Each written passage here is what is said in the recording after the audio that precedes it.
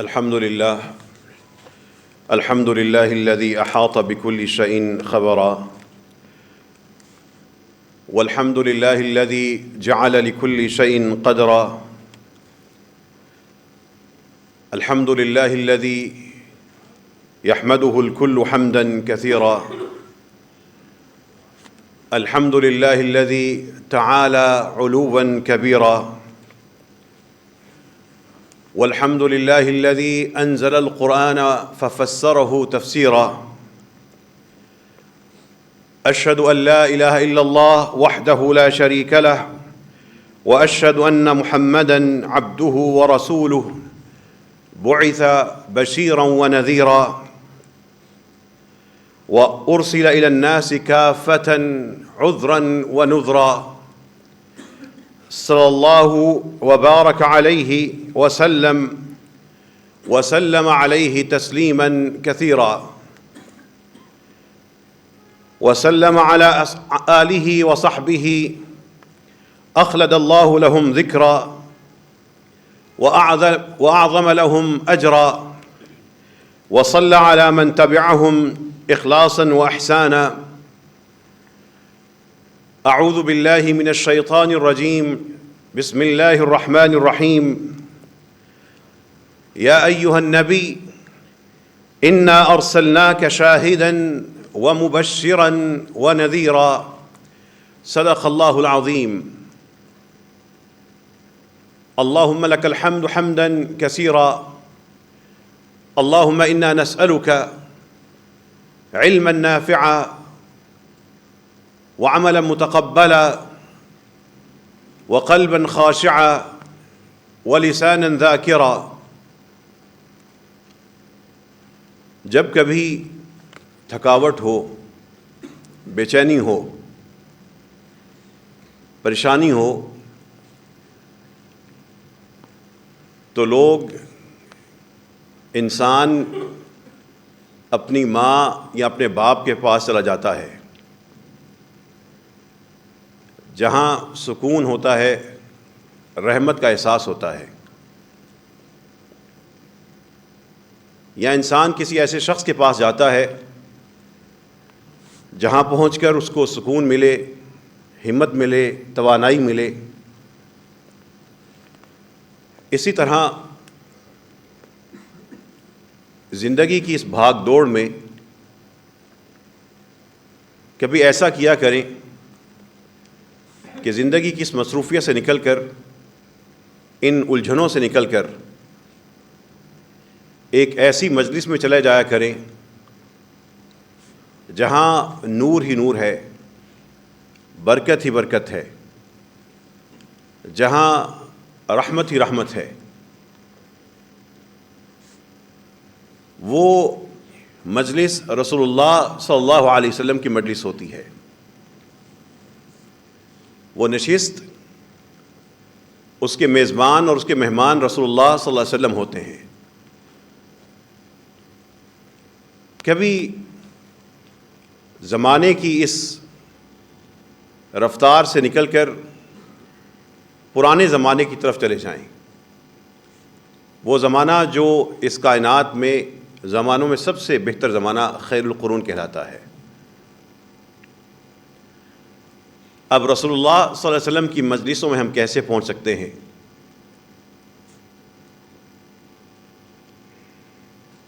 یہ جو اللہ تعالیٰ نے آپ کو کتابوں کی صورت میں احادیث جمع کر کے دی ہیں، رسول اللہ صلی اللہ علیہ وسلم کی مجلسیں انہیں میں ملتی ہیں. ان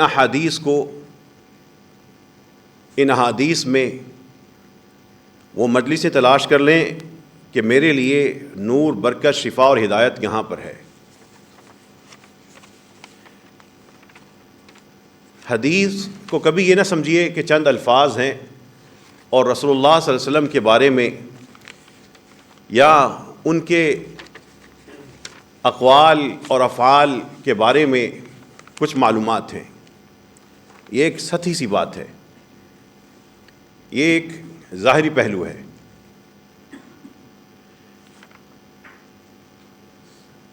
اپنے آپ کو ان مجلسوں میں پیش کر کے یہ سمجھ لیجئے کہ رسول اللہ صلی اللہ علیہ وسلم کہ ان مجلسوں میں میرے لیے سب کچھ ہے. اور یہ ایسی مجلسیں ہیں کسی ایک شخص کے ساتھ انسان کئی سال بیٹھتا رہے تو آخر میں اکتا جاتا ہے, اس کی باتوں میں ایک قسم کی ایک چیز کو دہرانا ہوتا ہے. لیکن قرآن کریم اور حدیث کے ساتھ ایسا نہیں ہوتا, ہر دفعہ نئے پہلو آتے ہیں. آئیے آج کے خطبے میں رسول اللہ صلی اللہ علیہ وسلم کے ساتھ انہی مجلسوں میں شریک ہوتے ہیں. ابی ہریرہ رضی اللہ عنہ بیان کرتے ہیں کہ وہ آئے اور انہوں نے آ کر نماز پڑھی. رسول اللہ صلی اللہ علیہ وسلم کے پاس نماز پڑھنے کے بعد آ گئے, سلام کیا, آپ نے سلام کا جواب دیا. آپ نے سلام کا جواب دینے کے بعد کہا ارجع فصلی, دوبارہ واپس جاؤ نماز پڑھو, تم نے نماز نہیں پڑھی. انہوں نے پھر نماز پڑھی, پھر آپ صلی اللہ علیہ وسلم نے یہی کہا, پھر انہوں نے نماز ادا کی. ابی ہریرہ کہتے ہیں کہ یہ معاملہ 3 دفعہ ہوا. یہ 3 دفعہ یہ معاملہ اسی طرح ہوا. اب ایک اور حدیث میں اسی طرح کی ایک اور مجلس میں جس میں رسول اللہ صلی اللہ علیہ وسلم موجود ہیں, ایک شخص مسجد میں آتا ہے, نماز پڑھتا ہے. جب نماز پڑھ لیتا ہے تو رسول اللہ صلی اللہ علیہ وسلم اس شخص کو یہی کہتے ہیں کہ دوبارہ اپنی نماز کو لوٹاؤ, ارجع, واپس جاؤ, پھر نماز کو پڑھو. وہ شخص واپس جاتا ہے, نماز پڑھتا ہے, 3 دفعہ یہ معاملہ ہوتا ہے. اس کے بعد وہ شخص کہتا ہے والذی بعثک بالحق, اس ذات کی قسم جس نے آپ کو حق عطا کر کے بھیجا ہے, فما احسن غیرہ, میں نے جتنی بنا سوار کے نماز پڑھی ہے اس سے زیادہ میں نہیں کر سکتا, میرے میں بس اتنی ہی صلاحیت ہے. فعلمنی, آپ مجھے سکھا دیجئے, بتا دیجئے کیسے بہتر کروں. رسول اللہ صلی اللہ علیہ وسلم اس شخص کو سمجھانے لگے. سمجھا اس کو رہے ہیں, پتہ ہمیں ہونا چاہیے, بتا اس کو رہے ہیں, عمل ہمیں سکھا رہے ہیں. اذا قمت الى الصلاة فکبر, جب نماز کے لیے کھڑے ہو تکبیر کہو. ثم اقرأ ما تيسر معك من القرآن, پھر جو قرآن کی تلاوت کر سکتے ہو کرو. ثم اركع حتى تطمئن راكعا, پھر جھک جاؤ, رکوع میں چلے جاؤ یہاں تک کہ تم رکوع میں اطمینان کی کیفیت میں آ جاؤ. حتى تطمئن راكعا, یہاں تک کہ تم رکوع میں اطمینان کی کیفیت میں آ جاؤ. یہ حتى تطمئن راكعا اپنی نمازوں کی خود ہی کوئی ویڈیو بنا کے بعد میں تجزیہ کر لیجیے گا. رکوع میں جب گئے تو بندے اٹھنے کی تیاری میں شروع ہو جاتے ہیں, جلدی جلدی نماز پڑھ رہے ہیں, ابھی رکوع کیا نہیں, رکوع اٹھنے کا خیال آ رہا ہے. یہ جو مرحلہ ہے رکوع میں گئے, یہاں پہ جا کے اطمینان کی کیفیت میں جانا ہے. حتی تطمئن راکعا, پھر اسے کہا ثم ارفع, پھر سر کو بلند کرنا, کھڑے ہو جانا, سیدھے ہو جانا. حتی تعتدل قائما, جب سیدھے ہو جاؤ تو وہاں پر کھڑے ہو کر بالکل سیدھے ہو چکو. حتی تعتدل قائما, نماز میں جو بطور خاص لوگ جلد بازی میں نماز خراب کرتے ہیں, رکوع میں جاتے ہوئے اور رکوع سے اٹھتے ہوئے, یہ وہ 2 مقامات ہیں جہاں پہ جلد بازی زیادہ نظر آتی ہے. ثم اسجد، پھر تم سجدے میں جاؤ، حتی تطمئن ساجدہ، یہاں تک کہ سجدے میں ایک سکون کی کیفیت میں ہو، اطمینان کی کیفیت میں ہو. اور یہ اطمینان کی کیفیت نہ ہو تو دوسری یہ ہوتی ہے جیسے کوے نے اپنی چونچ ماری ہے اور فوری طور پہ اٹھ رہا ہے. حتی تطمئن ساجدہ ثم ارفع حتی تطمئن جالسا، پھر جب سجدوں سے اٹھو تو بڑے سکون کی کیفیت میں اٹھے ہوئے نظر آؤ. جب بیٹھے ہو سجدے سے اٹھ کر تطمئن جالسا، پھر تمہارا بیٹھنا بھی سکون والا ہو. ثم اسجد حتی تطمئن ساجدہ، پھر سجدہ کرو یہاں تک کہ تم سجدے میں پھر بڑے ہی سکون کی کیفیت میں ہو. دو سجدوں کے درمیان کچھ ریس پہ لگے ہوتے ہیں، اور جہاں پر امام حضرات ٹھہر ٹھہر کے نماز ادا کرتے ہیں وہاں پہ جب یہ پیچھے سے یہ مقتدی مل جاتے ہیں، وہ امام ابھی بیٹھا ہے، یہ دوبارہ سجدے میں جانے کے لیے جیسے بندہ اونگ میں گر رہا ہے اس طرح پھر تیار ہوتے ہیں. یہ جو مقام رسول اللہ صلی اللہ علیہ وسلم کی اس حدیث میں ذکر کیے گئے ہیں، اس مجلس سے یہ پیغام سیکھ لیجئے.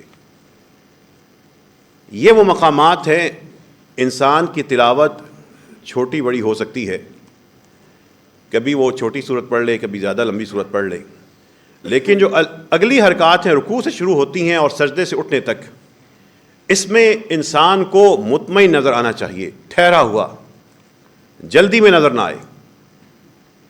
اس سے یہ مراد نہیں کہ بہت لمبا لمبا یہ کام کریں، لیکن اگر مختصر بھی جا رہے ہیں تو کم از کم اطمینان کی کیفیت نہیں کھونی چاہیے. اپنی نمازوں کو رسول اللہ صلی اللہ علیہ وسلم کی ان حدیثوں کے سامنے ان مجلسوں میں پیش کر کے ٹھیک کر لیں. ہم نمازوں کو پیش کرتے ہیں اپنے فرقوں پر، اپنے فارمولوں پر جو ہم نے بنائے ہوئے ہیں یا سنے ہوئے ہیں. تطمئن راکعہ، تطمئن ساجدہ، تطمئن جالسہ، یہاں تک کہ تم قیام کی کیفیت میں، رکوع کی کیفیت میں، سجدے کی کیفیت میں تمہارے اوپر اطمینان کی جھلک نظر آئے. ثم افعل ذلك فی الصلاۃ کلھا، پھر رسول اللہ صلی اللہ علیہ وسلم کا یہ جملہ کہ پھر اس عمل کو اپنی پوری کی پوری نماز میں کرنا ہے. یہاں پر پہلے ایک پورا خطبہ جمعہ اسی پہ گیا تھا کہ نماز میں ٹھہراؤ یا خشوع پیدا کرنے کے لیے ہم کیا کریں. نماز کے عمل میں ایک حصہ ہمارے جسم اور اس کے اعضاء ادا کرتے ہیں. زبان ہے، ہاتھ ہے، ٹانگیں ہیں، پیشانی ہے، یہ سب نماز میں شریک ہے. یہ ہمارے ظاہری اعضاء اس میں شریک ہوتے ہیں، ہڈیاں شریک ہوتی ہیں، جلد شریک ہے، چہرہ ہے، ہونٹ ہیں. اور جب انسان قیام کی حالت میں کھڑا ہے، پڑھ رہا ہے، اس وقت جلد بازی سے بچنے کے لیے ہاتھ کو نہیں، چہرے کو نہیں، جسم کو نہیں، اس زبان کی رفتار کو کنٹرول کرنا ہوگا. یہ جب تیز تیز پڑھنا شروع کرتی ہے، بسم اللہ الرحمن الرحیم الحمد للہ رب العالمین، یہاں سے کام خراب ہوتا ہے. اس کو کہنا ہوگا ٹھہر، بسم اللہ الرحمن الرحیم الحمد للہ رب العالمین الرحمن الرحیم. یہ زبان اس وقت سارے کے ساری نماز کو اس طرح خراب کر سکتی ہے کہ رسول اللہ صلی اللہ علیہ وسلم کی مجلس میں اگر ایسا شخص نماز پڑھ رہا ہوتا، اس کو کہا جاتا ارجع، واپس چل، فصلی، پھر نماز پڑھ. ان کو تو پتہ لگ گیا اگر ہم میں سے کسی شخص کی نمازیں ایسی ہی ہوئیں اور لکھا گیا کہ یہ تو نماز ہی صحیح نہیں پڑھتا، اس کا بنے گا کیا. کہاں سے جا کے سیکھنا ہے؟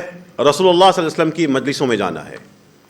خود اپنی آنکھوں سے دیکھ کے کہ وہ کیا کرتے تھے، کس طرح کرتے تھے، کیا سکھاتے تھے، ان کے سکھائے ہوئے لوگ کیا کرتے تھے. اس مسجد میں بیٹھے ہوئے، اس شہر میں بیٹھے ہوئے سارے لوگ اگر ایک کام کر لیں کہ جو بھی عمل ہم نے نماز کے حوالے سے کرنا ہے رسول اللہ صلی اللہ علیہ وسلم کی مجلسوں سے اپنی آنکھ سے دیکھ کر، زبان اپنے ذہن سے سمجھ کر کرنا ہے، ایک امت بن جائے گی، فرقے ختم ہو جائیں گے۔ لیکن لوگ دین کی دفعہ کہتے ہیں ہم نے محنت نہیں کرنی، کسی سے اور سے کروا لیتے ہیں، یا جس نے کی ہے اس کے پیچھے آنکھیں بند کر کے چلتے جاؤ۔ اب رسول اللہ صلی اللہ علیہ وسلم کی یہ جو اس حدیث کی روشنی میں پہلی چیز یہ ہے کہ نماز میں، اور خاص طور پہ تنہائی کی نماز میں، سورہ فاتحہ زبان کو کہے آہستہ چلو۔ یہ جو آیت سے آیت ملا دینا، الحمدللہ رب العالمین الرحمن الرحیم مالک یوم الدین ایاک نعبد و ایاک نستعین، یہ رسول اللہ صلی اللہ علیہ وسلم کا طریقہ نہیں تھا۔ وہ ایک آیت پڑھتے تھے، الحمدللہ رب العالمین الرحمن الرحیم مالک یوم الدین۔ یہ زبان کو ایک ہمارے پاس زبان کو اس کی رفتار کو آہستہ کر لیں، نماز میں ٹھہراؤ آ جائے گا۔ دوسری چیز، یہ اعضاء اس کے ذریعے ہم حرکت کر رہے ہوتے ہیں نماز کی، اٹھ رہے ہیں، بیٹھ رہے ہیں، ہاتھ اٹھا رہے ہیں، انگلی ہلا رہے ہیں، سجدہ کر رہے ہیں، تعداد ہے۔ یہ کتنی دفعہ کرنا ہے یہ ہمارا دماغ ہمیں بتا رہا ہوتا ہے، گن رہا ہوتا ہے۔ ایک طرف یہ اعضاء شامل ہو گئے، ایک طرف یہ دماغ، یہ سارے اعضاء دماغ کے ماتحت کام کر رہے ہوتے ہیں۔ دماغ بتا رہا ہے کہ تمہاری ایک رکعت ہو گئی، 2 سجدے ہو گئے، اب تم نے تحیات بیٹھنا ہے، اب تم نے درود پڑھنا ہے، اب سبحان ربی الاعلیٰ کہنا ہے۔ یہ دوسری طاقت ہے دماغ، یہ اعضاء کو کنٹرول کرتا ہے۔ تیسری چیز جس سے خشوع پیدا ہوتا ہے، خشیت پیدا ہوتی ہے، اللہ کی رحمت کا احساس اور اپنے حساب کا ڈر پیدا ہوتا ہے، وہ ہاتھوں سے، جسم کے اعضاء سے یا دماغ سے نہیں ہوگا، بلکہ جب نماز میں اعضاء کے ساتھ دماغ اور دماغ کے ساتھ دل شامل ہوگا، جب دل کی کیفیت شامل ہوگی، انسان خشوع کی دنیا میں داخل ہو جائے گا۔ پھر وہ آیت سمجھ آئے گی، قد افلح المؤمنون الذین هم فی صلاتهم خاشعون، کامیاب ہو گئے وہ ایمان لانے والے جو اپنی نمازوں میں خشیت اور خشوع کا پیکر بنے ہوتے ہیں۔ صرف حرکتیں پوری کر کے نماز ادا کر لی، اتنی رکعتیں پڑھ لی جتنی حدیث میں ہے، اتنے اذکار کر لیے، ٹھیک ہے کر دیے، ایک درجے تک نماز ادا کر لی، لیکن وہ نماز خشوع سے خالی ہے، اس لیے کہ دل میں سبحان ربی الاعلیٰ زبان سے کہہ دیا، لیکن اس رب کی بلندی کا احساس یہاں پہ ابھی دل میں نہیں آیا، اس کے سامنے حاضری کا احساس نہیں ہے۔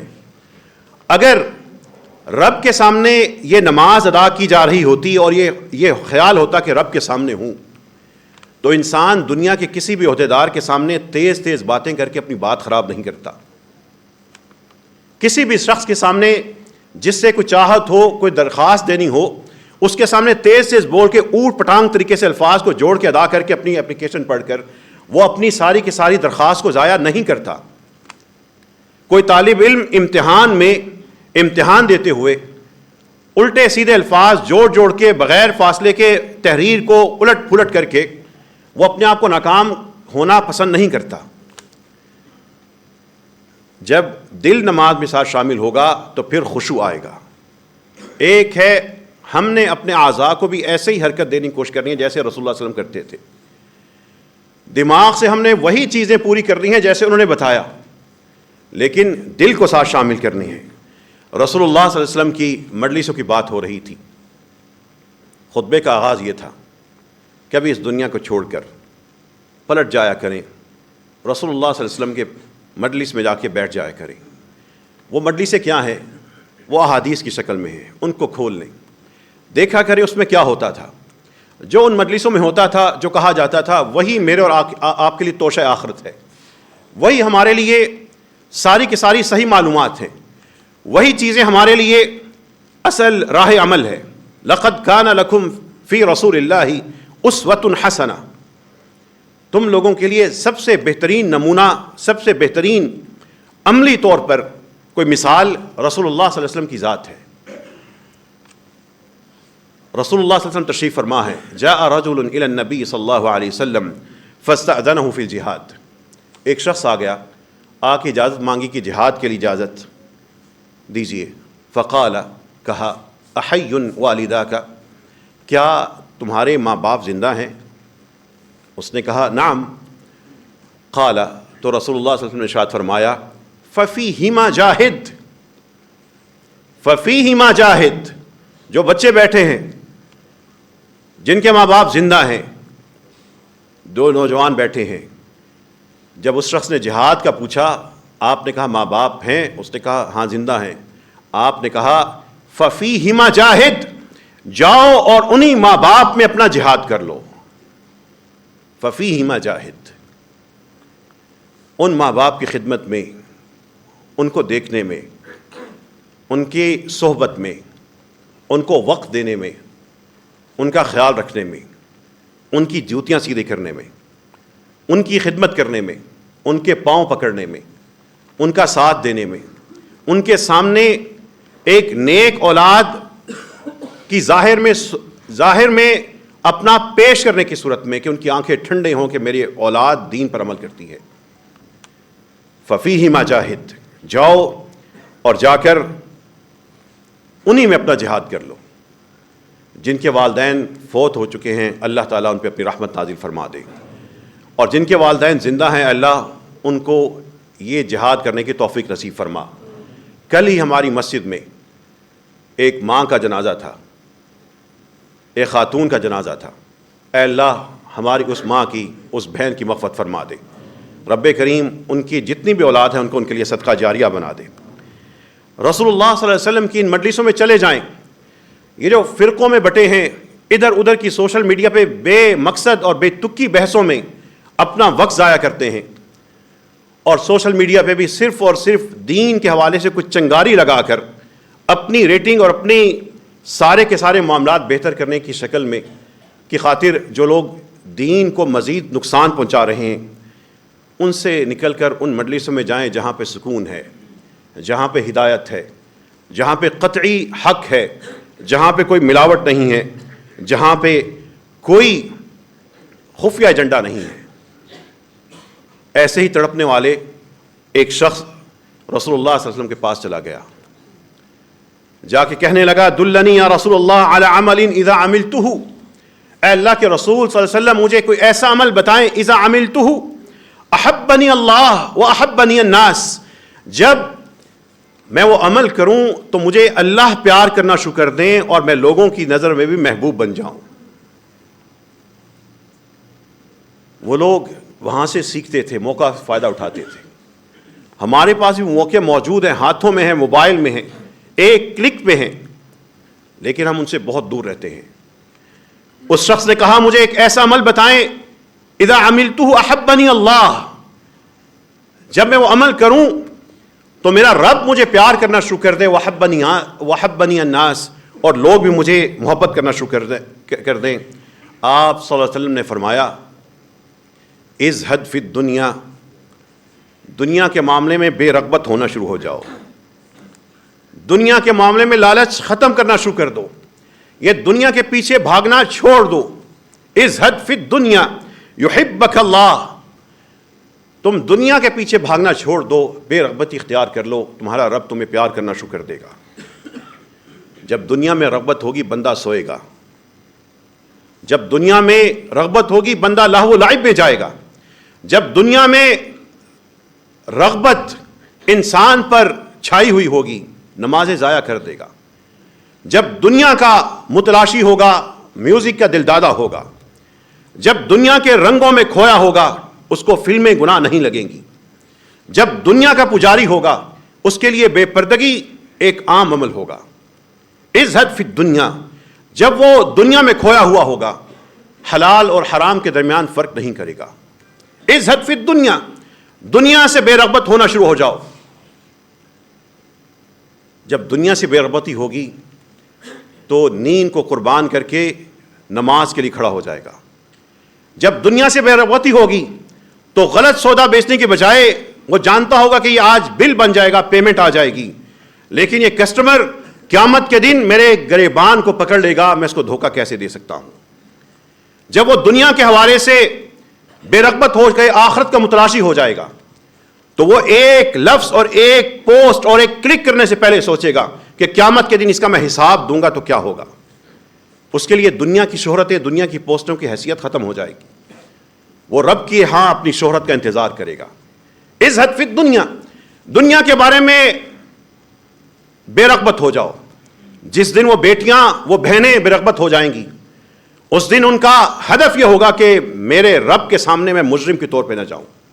لیکن اگر وہ دنیا کی متلاشی ہوگی، وہ اپنے کپڑے کم کرے گی، حجاب اتارے گی، نقاب ختم کرے گی، چادریں چھوڑ دے گی، اس کے دل میں یہی ہوگا جتنا بن سنور کے جاؤں گی، لوگوں کو دکھاؤں گی، اس کے دماغ میں یہ فتنہ ہوگا.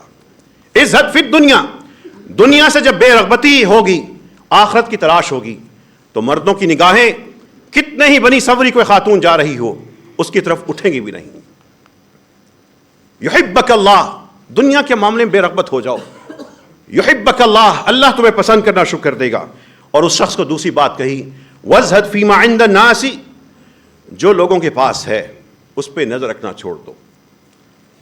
وازہد فیما عند الناس، جو لوگوں کو اللہ نے دیا ہے اس کے بارے میں سوچنا، حساب لگانا چھوڑ دو. یحبک الناس، لوگ تمہیں پیار کرنا شروع ہو جائیں گے.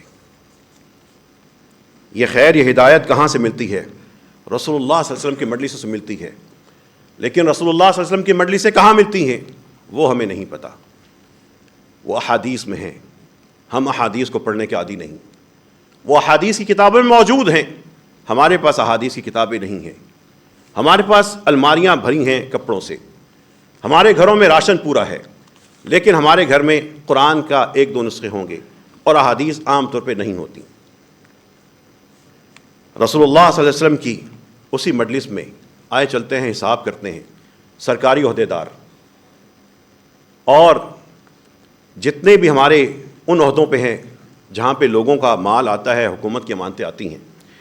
رسول اللہ صلی اللہ علیہ وسلم کے پاس ایک شخص آیا جس کی ذمہ داری تھی مختلف علاقوں سے جا کر وہ زکوٰۃ اکٹھی کر کے لاتا تھا. حساب کیا، آ کے کہنے لگا ھذا الذی لکم، یہ اسٹیٹ کے لیے جو زکوٰۃ جمع کی ہے اسلامی ریاست کے لیے وہ ہے. وَهَذِهِ هَدِيَّةٌ أُهْدِيَتْ لِي، اور یہ وہ گفٹ ہیں جو لوگوں نے مجھے دیے ہیں. سرکاری عہدیدار تھا، زکوٰۃ لینے جاتا تھا، مال کا حساب کرتا تھا، اتنے اونٹ ہیں، اتنی بکریاں ہیں، تم اتنا دو گے، اتنا دو گے. آ کے کہنے لگا اے اللہ کے رسول، یہ رہا یہ زکوٰۃ، یہ رہی زکوٰۃ، اور یہ رہا وہ گفٹ جو مجھے ملے ہیں. رسول اللہ صلی اللہ علیہ وسلم نے فرمایا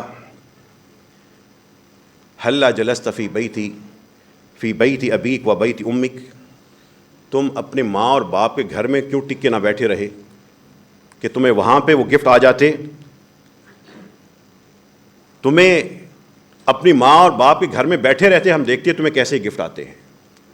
سرکاری عہدہ اور سرکاری منصب کی وجہ سے جو گفٹ آئے ہیں وہ اس شخص کی ملکیت نہیں ہو سکتے، وہ اسلامی ریاست کی ملکیت ہوں گے. پھر رسول اللہ صلی اللہ علیہ وسلم اٹھے، اور یہ بہت کم احادیث میں آتا ہے کسی واقعے کی وجہ سے اللہ کے رسول صلی اللہ علیہ وسلم اسی وقت اٹھے. فحمد اللہ، آپ نے اللہ کی حمد و ثنا بیان کی اور خطبہ ارشاد فرمایا.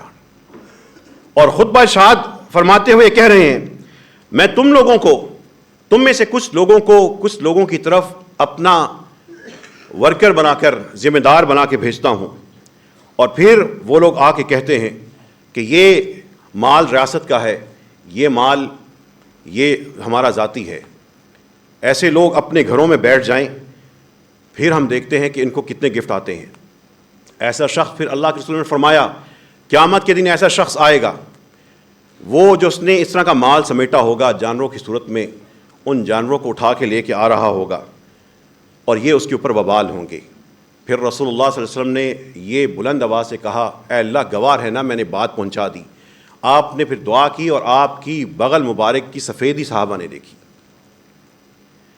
سرکاری عہدیدار بھی جو کمپنیوں کا مال ڈیلیور کرتے ہیں یا ادھر ادھر ان کے معاملات ہوتے ہیں، وہ کسی کی امانت بن پہنچا رہے ہوتے ہیں. اس میں اگر وہ ذاتی طور پر اس کمپنی کے اس شہرت کی وجہ سے ان کو گفٹ ملتے ہیں، یہ ان کی ذاتی ملکیت نہیں ہو سکتے. یہ ہدایت کہاں سے ملے گی؟ رسول اللہ صلی اللہ علیہ وسلم کی مجلس سے ملے گی. یہ رویے کہاں سے درست ہوں گے؟ ایک حدیث رسول اللہ صلی اللہ علیہ وسلم کی مجلس میں جا کے سن لیجئے. آپ فرمان رکھتا ہو فلا یؤذی جارہ، وہ اپنے پڑوسی کو تکلیف نہ دے. فلا یؤذی جارہ، پارکنگ غلط اس کے سامنے نہ کرے، کوڑا نہ پھینکے، اس کا خیال رکھے، اپنی آواز سے، اپنے کسی بھی وجہ سے اس کے یہ تکلیف کا باعث نہ بنے. ومن کان یؤمن باللہ والیوم الآخر، جو اللہ اور آخرت پر ایمان رکھتا ہو، فلیکرم ضیفہ، وہ اپنے آنے والے مہمان کی عزت کرے. ہمارے ہاں مہمان کے آنے پہ گھبراہٹیں طاری ہوتی ہیں. فلیکرم ضیفہ ومن کان یؤمن باللہ والیوم الآخر، اور جو اللہ اور آخرت پر ایمان رکھتا ہو، فلیقل خیرا او لیسکت، یا تو وہ اچھی بات کہے یا وہ خاموش رہے. اپنی باتوں کا حساب کر لیں، مہمانوں کا حساب کر لیں، اپنے پڑوسیوں کا، ان کے ساتھ برتاؤ کا حساب کر لیں. اس حدیث کی روشنی میں اللہ تعالیٰ سے دعا کیجیے، اللہ تعالیٰ ہم سب کو رسول اللہ صلی اللہ علیہ وسلم کی ان مجلسوں سے فائدہ اٹھانے کی توفیق عطا فرمائے. یا اللہ جو سنا ہے اللہ اس پہ عمل کرنے کی توفیق نصیب فرما. رب کریم ہم سب کو اپنی زندگی میں رسول اللہ صلی اللہ علیہ وسلم کی تعلیمات کو عملی طور پر اے اللہ نافذ کرنے کی توفیق عطا فرما. وآخر دعوانا ان الحمد للہ رب العالمین.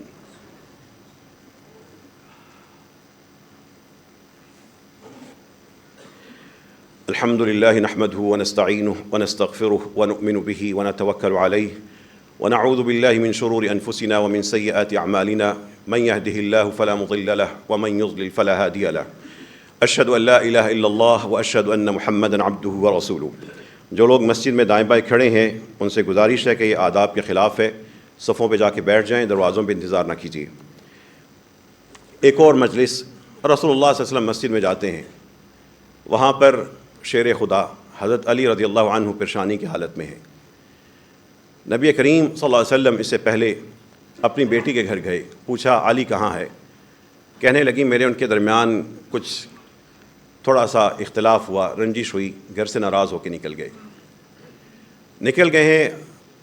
رسول اللہ صلی اللہ علیہ وسلم ان کے پیچھے نکلے، مسجد گئے، حضرت علی رضی اللہ عنہ وہاں پر لیٹے ہوئے ہیں.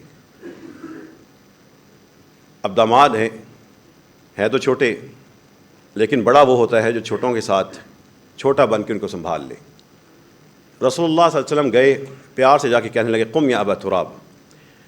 حضرت علی رضی اللہ عنہ جب وہاں پہ لیٹے ہیں تو ان کے جسم کے اوپر ویسے بھی خاک لگی ہوئی تھی لیٹنے کی وجہ سے، اور ان کی کنیت ہے ابو تراب.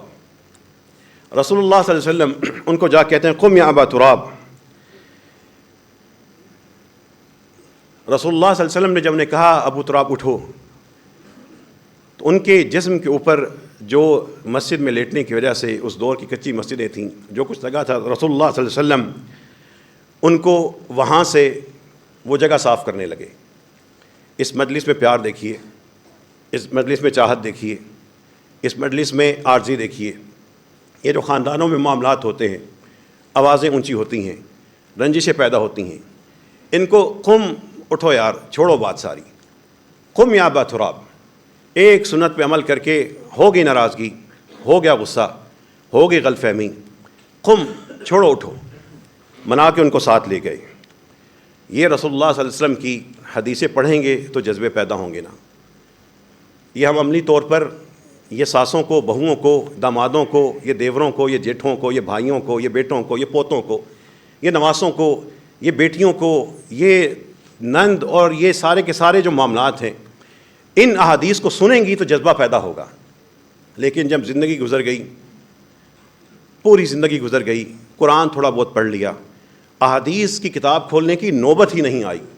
آپ اس مسجد سے اتر کر سیڑھیوں پہ کھڑے ہو جائیں اور ایک سروے کر لیجیے گا، کتنے لوگوں کے گھروں میں حدیث کی کتاب ہے، کتنے لوگوں کے گھروں میں بخاری، مسلم اور یہ احادیث کی کتابیں ہیں، اور ان میں سے کتنے لوگ ہیں زندگی میں انہوں نے کتنے گھنٹے حدیث کے ساتھ، کتنے گھنٹے انہوں نے پڑھا ہے. تحقیق کے لیے ریسرچ کر لیں، آپ کو جو جواب ملے گا آپ پریشان ہو جائیں گے کہ ہم کر رہے کیا ہیں. یہ سلسلہ تھا، آج کا خطبہ تھا، رسول اللہ صلی اللہ علیہ وسلم کی مجلسوں کی طرف پلٹ جائیں، ان مجلسوں سے، ان احادیث سے وہ سچا دین حاصل کر لیں جس کی ہمیں تلاش ہے. اس دین کی جو لوگوں نے تشریح کی ہے، جس میں الجھایا ہے، اس کو ایک سائٹ پہ کر دیں. پہلے براہ راست قرآن کریم اور احادیث کو اپنے ہاتھوں میں لے لیں، ہاتھوں میں لے کے اس کو سمجھنا شروع کر دیں. سمجھنے کے بعد اول تو آپ کو اس میں کوئی کمی کسی قسم کی نظر ہی نہیں آئے گی، لیکن اگر کوئی چیز سمجھنی ہوگی تو خود بخود آپ کا مزاج ہوگا کہ وہ علماء کرام جو قرآن اور حدیث کی روشنی میں آگے لے کے چلتے ہیں، سیدھا راستہ دکھاتے ہیں، آپ ان سے جڑ جائیں گے۔ ورنہ کہانیاں سنانے کو بے شمار، اور کیمرے کی وجہ سے، میڈیا کی وجہ سے اتنے رنگ ہیں، اتنے فرقوں کے اتنے رنگ ہیں، ہر روز نئے رنگ سے سامنے آتے ہیں، اس میں کھوئے رہیں گے۔ زندگی مختصر ہے، قرآن اور حدیث سے جڑ جائیں، اور اللہ تعالیٰ کے حضور یہ دعا کریں کہ اللہ تعالیٰ ہمیں زندگی کے ہر معاملے میں قرآن اور حدیث کی ذریعے رہنمائی عطا فرما دے، ہمیں قرآن اور حدیث سے اس طرح جوڑ دے کہ اس کے علاوہ ہمارا عمل کسی اور طریقے سے نہ ہو سکے۔ اے اللہ ہم سب کے لیے دلوں کی بہار قرآن کریم کو بنا دے، سیرتوں کے لیے اللہ ہماری پالش، ہماری چمک حدیث رسول صلی اللہ علیہ وسلم کو بنا دے۔ ہمارے بہت ہی پیارے بھائی خواجہ شفقت نماز کے لیے آج نہیں آ سکے، نماز کے لیے گھر سے نکلنے لگے تھے، لیکن بیماری کا پھر حملہ ہوا، تکلیف میں تھے۔ ان کے لیے دعا کیجیے اللہ ان پر اپنی رحمت نازل فرما دے، اے اللہ ان کو شفا عطا فرما۔ وہ انتہائی تکلیف میں بھی مسجد میں پہنچنے والا، وہ ہمارا اللہ کا ولی بھائی، ہم اسے بظاہر ایسا ہی سمجھتے ہیں، اور اللہ کے سامنے ہم کسی کے ایک سے حد سے زیادہ ہم گواہی نہیں دے سکتے۔ ہم نے اس شخص کے اندر نمازوں کی پابندی، بیٹیوں سے محبت، یہاں پہ نماز جمعہ پڑھنے کے لیے جب لاہور سے آتے تھے، وہ لاہور سے آ رہے ہیں، یہاں سے نماز جمعہ پڑھ کے اپنی بیٹیوں کو لے جا کر جہاں سے ان کی ضرورت ہے پوری کر رہے ہیں۔ باپ ہے، بیٹیوں کے لیے ایک صاحبان کی طرح ایک پورے ہر معاملے میں ان کے ساتھ شریک ہوتا تھا۔ اے اللہ ہمارے اس بھائی کو اسی طرح کی صحت واپس لوٹا دے، اے اللہ ان پہ اپنی رحمت نازل فرما۔ اے رب کریم، ہماری جن خاتون کا، ہماری جس ماں کا کل نماز جنازہ یہاں پہ ادا کیا گیا ہے، اے اللہ اس کی قبر کو منور معطر فرما دے، اے اللہ اس کی قبر کو کشادہ کر دے۔ آج بھی رب کریم صبح بھی ایک میت کو یہاں پہ غسل دیا گیا ہے، اے اللہ اس میت سے بھی راضی ہو جا۔ جتنے بھی لوگ فوت ہو چکے ہیں اللہ ان کی مغفرت فرما دے، یہاں پہ جو زندہ بیٹھے ہیں اللہ ان کی مغفرت فرما دے، جو مرد ہیں، جو خواتین ہیں، جو بچے ہیں، بڑے ہیں، بوڑھے ہیں، اللہ ان سب کے تمام گناہ معاف فرما۔ اللہم اغفر لنا ذنوبنا کلہا، اے اللہ ہمارے تمام گناہ معاف فرما دے، ہم سب لوگوں کے سارے گناہ بھی مل جائیں، اے اللہ تیری رحمت سے بڑے نہیں ہو سکتے، تیری اسی رحمت کا واسطہ ہے جس کے بارے میں آپ کہتے ہیں وَرَحْمَتِي وَسِعَتْ كُلَّ شَيْءٍ، کہ میری رحمت نے ہر چیز کو سموئے ہوا ہے، گھیرے ہوئے ہے۔ اے اللہ اسی رحمت کا واسطہ ہے، ہم پہ اپنی رحمت نازل فرما اور ہمارے تمام گناہ معاف فرما دے، ہماری تمام اے اللہ پریشانیاں دور فرما دے۔ اے اللہ ہم سب کو جو بے نماز ہیں اللہ ان کو نمازی بنا دے، جو حرام کا شکار ہیں ان کو حلال کی طرف پلٹا دے، اے اللہ جو فرقے کا شکار ہیں ان کو خالص دین عطا فرما دے۔ رب کریم ہم سب سے راضی ہو جا، اہل غزہ کی مدد فرما، اے اللہ وہاں پر امن اور رب کریم ان کے لیے سکون کی تدبیر فرما دے۔ مسلمان جہاں پہ بھی مظلوم ہے اللہ ان کی نصرت فرما، جو ان کا ساتھ دے رہے ہیں اللہ ان مسلمانوں کو بھی رب کریم کامیاب کر دے۔ اے اللہ ہم سب سے راضی ہو جا، ہم سب کے مریضوں کے تمام مریضوں کو شفا عطا فرما دے۔ وآخر دعوانا ان الحمد للہ رب العالمین۔